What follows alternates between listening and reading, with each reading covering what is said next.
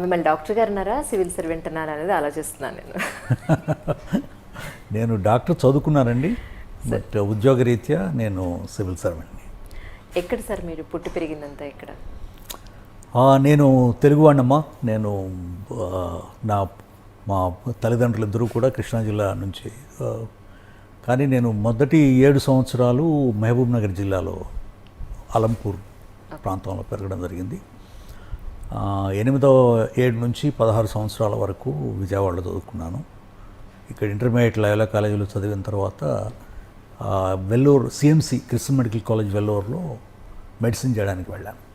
So CMC వెల్లూరులో MBBS చేసి ఎంబీబీఎస్లో గోల్డ్ మెడల్స్, యూనివర్సిటీ ర్యాంకు సంపాదించిన తర్వాత ఎంఎస్ చేస్తూ సివిల్ సర్వీస్లో ఐఏఎస్లో 85లో. అవును సార్. మీరు డైరెక్ట్ డాక్టర్ నుంచి సివిల్ సర్వీస్కి వెళ్ళిపోకండి, మధ్యలో చాలా ఉంది జర్నీ మీది. సార్ అంటే ఈ మధ్య కాలంలో అంటే డాక్టర్స్ కానీ మోడల్స్ కూడా ఈ ఇండస్ట్రీలోకి వస్తూ ఉన్నారు. ఐ మీన్ సివిల్ సర్వీసెస్ రాస్తూ ఉన్నారు, అచీవ్ చేస్తున్నారు. బట్ మీ అప్పుడు 85లో ఒక డాక్టర్ అంటేనే చాలా రెస్పెక్టబుల్ జాబ్, అది ఒక సర్వీస్, అది గ్రేట్ సర్వీస్. సో అటు నుంచి ఇటువైపు రావడానికి కారణం ఏమిటి యాక్చువల్లీ? అంటే నేను ఒక చాలా దృఢమైన నిశ్చయంతోనూ, తర్వాత ఒక గట్టి పట్టుదల, నమ్మకం ఉండేది నాకు. నేను మెడిసిన్ మీద చాలామంది ఆ రోజుల్లో, అంటే 1980లో మొట్టమొదటిసారిగా డాక్టర్లు కూడా సివిల్ సర్వీస్కి రావచ్చు అనే పర్మిషను కొఠారి కమిషన్ తర్వాత, ఈ అదర్వైజ్ 80 కంటే ముందు అసలు డాక్టర్లు ఎవరు సర్వీస్లో లేరు, సివిల్ సర్వీస్లో.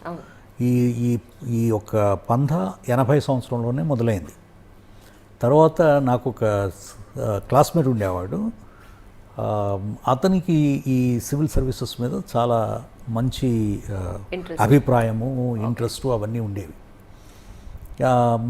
కాబట్టి అతను నాకు చెప్తూ ఉండేవాడు, కానీ నాకు పెద్ద పరిచయం సివిల్ సర్వీసెస్ మీద పెద్దగా పరిచయం లేదు. తరువాత నేను ఎంబీబీఎస్లో నాకు మెడిసిన్ మీద చాలా మక్కువ ఉండేది, చాలా interest. I was very passionate about my education and I studied very hard. I use to study very very hard. Specialisation ఏం చేశారు సార్? నేను ఎంఎస్ జనరల్ సర్జరీ చేస్తూ ఒక సంవత్సరం చేసి తర్వాత నేను I left and join the civil services. So I was very much committed to medicine because I liked about it. తర్వాత నేను I also got very good marks, gold medals. Madras University, I stood second in the final year, and Vellore was an outstanding medical college. But then after graduation, when I house surgeon చేసేటప్పుడు అసలు జీవితంలో ఏం చేయాలి అనేది ఒక తీవ్రమైన ఒక మదన పడ్డాను ఒక సంవత్సరం పాటు. పడిన తర్వాత ఏమి చేయగలను అంటే మెడిసిన్లో కంప్లీట్ చేసి, అప్పుడు నాకు అమెరికానో లేకపోతే యూకేనో ఆ రోజుల్లో మంచి స్టూడెంట్స్ అందరూ కూడా, ముఖ్యంగా వెల్లూరు నుంచి వచ్చిన వాళ్ళు పోస్ట్ గ్రాడ్యుయేట్ చేయడము, లేకపోతే రీసెర్చ్ చేయడము, లేకపోతే యూఎస్ యూకేకి వెళ్ళడము అనేది ఆలోచించేవాళ్ళు. క్రిస్టియన్ స్టూడెంట్స్ ఏమో వెళ్ళి మిషన్ హాస్పిటల్స్లో పనిచేసేవాళ్ళు. కానీ నాకేమో పబ్లిక్ హెల్త్ మీద చాలా, మా ట్రైనింగ్ కూడా ఎలా ఉండేదంటే వెల్లూరులో ట్రైనింగు ప్రతి సంవత్సరం ఒక 1 నెల రోజుల పాటు ఒక గ్రామంలో ఉండి, ఆ గ్రామంలో ఉన్న social, economic, political, health issues, ఈ లింకేజ్ నేర్చుకోవాలి, రీసెర్చ్ చేసి ఒక ప్రాజెక్ట్ తయారు చేయాల్సిన అవసరం ఉండేది అనమాట. కాబట్టి దానివల్ల కూడా నాకు ఈ interest in larger issues of health, ఆ పబ్లిక్ హెల్త్లో మెడిసిన్ ప్రాక్టీస్ ఒకటి. వెల్లూరులో ఒక విశేషమైన విషయం ఏమిటంటే excellence in education, excellence in science, but on the other hand public health focus. ఈ రెండు కూడా there is no other college or institution that I have seen this sort of a mix, this sort of an amalgamation, harmony. So that also gave me a lot of interest in public health. And public health gurinchi alochiste, those days and even now public health has a low priority. Exactly sir. And also it is not considered an important branch. Only meekemi vere branch emi rakapothe appudu public health తీసుకురావాలి. But I also didn't want to do public health, because studying public health meant I would have become a professor and True. my life would have been there. So అప్పుడు this classmate of mind అతను దురదృష్టవశాత్తు final ఇయర్లో అతను fail అయ్యాడు. Oh so నేను I wanted to continue that idealism and then how to transform the country. అసలు ఒక పెద్ద ఇంపాక్ట్ కలిగించాలి అంటే హెల్త్ పాలసీలో మార్పులు రావాలి, మెడికల్ ఎడ్యుకేషన్లో మార్పులు రావాలి, ఓవరాల్ హెల్త్ సిస్టంలో మార్పులు రావాలి. అంతేగాని దీనికి డాక్టర్ వరకు ఎంతవరకు చేయగలరు. Okay, I will be successful as a doctor. I was very confident those days that I would make a success of my life. Okay And I had this determination that there is nothing can stop me from getting what I wanted. So our determination, our goal, our focus, I think is extremely helped me in my life. Kabatti దాని మీద focus చేస్తూ then I thought that I must make a larger difference to the society, not just from a selfish point of view. ఇదిగో నేను successful. Those days cardiothoracic surgery used to be considered a very చాలా పెద్ద surgery చాలా sir పెద్ద అది. or cardiology. అవును.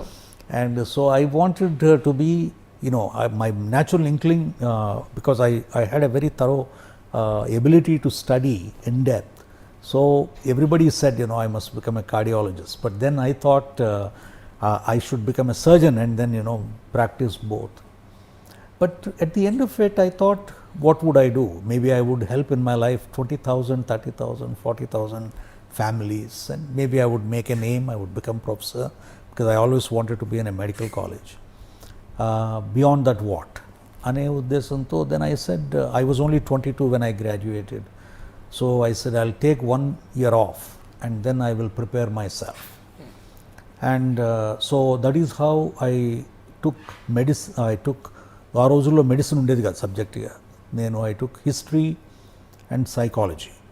ఓహో so psychology because నేను gold medalist in psychiatry in ఎంబీబీఎస్లో. సో నాకు కొంత సైకాలజీ మీద ఇంట్రెస్ట్ ఉండి చదువుకునేవాడిని. History was an easy subject to read. After studying medicine any subject was easy to read. So that is how I started actually preparing myself. And ఆ తర్వాత 3 నెలలు ఇంటికి వచ్చి కూర్చుని మా ఇంట్లో చదువుతుంటే మా parents they were not happy that after వెల్లూరులో నువ్వు గోల్డ్ మెడల్ అదే అని చెప్పుకుని ఇంటికి వచ్చి కూర్చున్నావు అంటే చుట్టుపక్కల వాళ్ళందరూ అడుగుతున్నారు, ఏం మీ అబ్బాయి తప్పాడా, ఎందుకు వచ్చాడంటే. సో అప్పుడు నాకు కంబైన్డ్ మెడికల్ సర్వీసెస్ ఎగ్జామ్లో 83లో I topped the combined medical services exam, which I had written as a passion, you know, as a contest. I must excel, let me test myself how far I could go on. Then I joined the railways for my railway as a assistant divisional medical officer. Oh And because that gave me time to study at night, and you know, daytime work was not heavy, but though I needed to deploy about 6 years, about 6 గంటల time spend చేస్తే హాస్పిటల్లో, మిగిలిన time was my own. So ఆ విధంగా prepare అయ్యాను. But first attempt when I wrote the exams, civils, that is a very difficult part of my life. When after writing 4 papers, languages and general studies, I met with an accident. I met with an accident, really unfortunate accident, and I broke both my legs, multiple fractures. Oh my God Multiple fractures. అది so ఇంకా I was bedridden for 4 months. Okay So I could not write the exam. I couldn't get in the first attempt. So I couldn't complete. So appudu then I went back. By the time I recovered, it was already May 84. ఓహో So then I went back and wrote the exam again in 84, and then I wrote the medical examination, PG exam, and joined for MS General Surgery. Okay And MS General Surgery I did till August 85. By then I got selected to IAS. Psychology, history were those days were easy subjects, but I believe civil services preparation, it expanded my horizon. It was not difficult for me because medicine, every day I used to study 6-7 hours in my medical college minimum, apart from attending classes. I used to sleep only 3 గంటలు మాత్రమే పడుకునేవాడిని. అలా ఇవి tired అనిపించదు కదా sir మీకు? అస్సలు I always in my life I have never felt tired even now. In fact, అంటే ఈ న్యూ జనరేషన్ ఈవెన్ మా చిల్డ్రన్ కూడా ఏమిటి ఐఎమ్ ఫీలింగ్ టైర్డ్ అంటే నాకు ఐ ఫీల్ రియల్లీ అంటే అసలు ఎలా how can you get tired అనిపిస్తుంది. అంటే you you cannot get the minute you feel tired that means something in my view, if something is wrong, you must look at yourself. Both internally.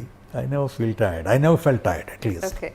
So I learned the civil service preparation. It expands your horizon because you have both a breadth and the depth. Breadth in the sense of general studies, from Constitution of India to culture to literature to science and technology. Range of subjects. I think system has changed now, but in my days 2 subjects, 2 optionals, both optionals 2 papers undevi, history and psychology. Okay. And history really I believe is everybody must study history. Sir. And also of course psychology. Please subscribe to iDream. For more videos, please subscribe to iDream. For more interesting videos, please subscribe to iDream. Hi, this is Anil Ravipudi. For more videos, please subscribe iDream Media. Subscribe to iDream.